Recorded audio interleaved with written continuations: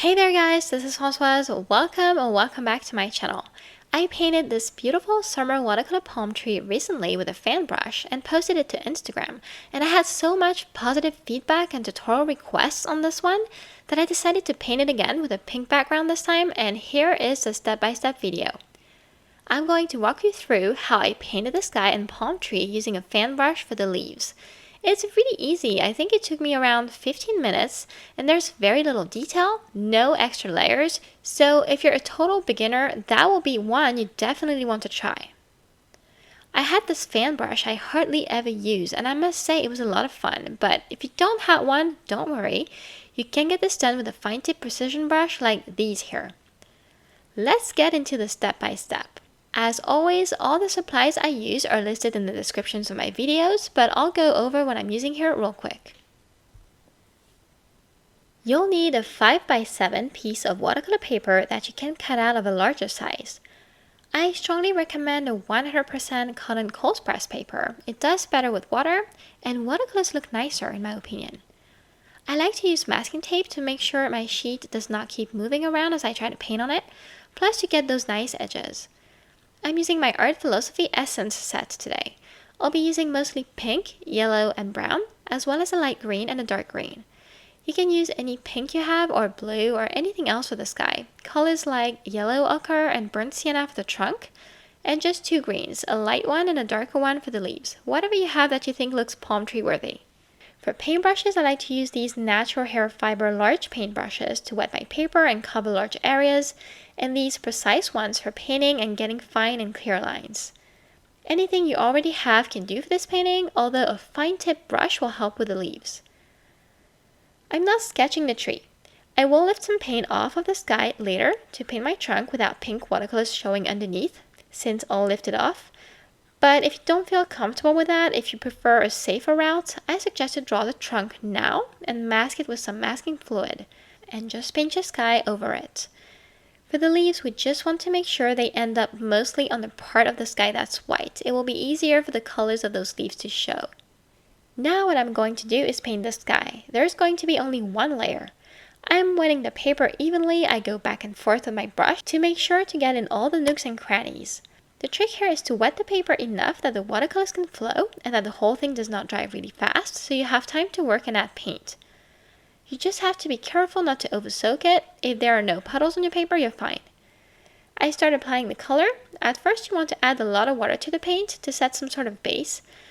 And gradually you want to make sure to go up in intensity, which means we'll be adding more and more paint with less and less water. I'll link the reference photo I used for this in the description in case you want to check it out. There is a big white cloud in the middle of the sheet. It's not going to be completely white everywhere though. It wouldn't look natural to paint all around and have that large chunk of paper white space. I'm dabbing my brush here and there in that large white chunk because that's how a cloud would be. There's always subtle tones of color in there. You can even see that in the reference. Once I set a good base, I can start adding more paint to my brush and build up contrast. If your paper is still fairly wet, keep going. The paint should be spreading and melting into the rest. It should leave no trace. If you see harsh lines forming or some kinds of blotches of paint showing, then the paper is too dry. It's best to let it dry now and wet it again, then add more color. Mine is fine, so I keep adding. I darken some areas randomly. I want to make sure some parts are really dark here so they contrast with the white of the paper nicely. Now I'm done. I see my paper is still pretty wet and I take advantage of it to lift color there at the bottom with a clean and damp brush so I can paint my trunk. I'm mixing my yellows and browns here. Like I said earlier, a yellow ochre and a burnt sienna could do just fine here. I'm tracing my trunk with the lightest shade I have, and while it's still wet, I add my browns in there to create a sense of shadow on the left side, like on the reference. You can see I'm adding a darker shade of brown on the edge to make it look more contrasted, but that's up to you.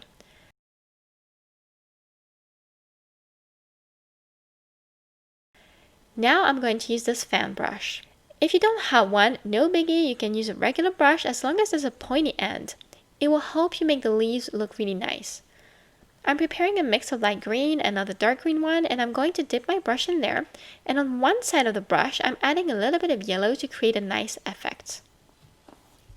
Now, the tricky part with fan brushes, don't worry, nothing too bad, is that at first you'd be tempted to use them flat. If you try it yourself, you're going to see very fast that it's not going to work for palm tree leaves. Otherwise, they will be really large. This is why I'm using more of the tip of this brush to paint each leaf. You can see it helps make nice ends and mimic the way those palm tree leaves really look. And you also get 3 colors on one single brush. While the branch I just got done painting is still wet, I add some of my other colors in it, dark green, yellow, and I'll let them spread out. I'm also using my fine tip brush to create more leaves. You may have noticed all the branches are moving in the same direction. They look like they're swaying in the wind, but they're different length and width, and it looks more believable when they don't all look exactly the same. Finally, I add a little bit of gel pen to draw highlights, mainly on the trunk and on the base of the branches.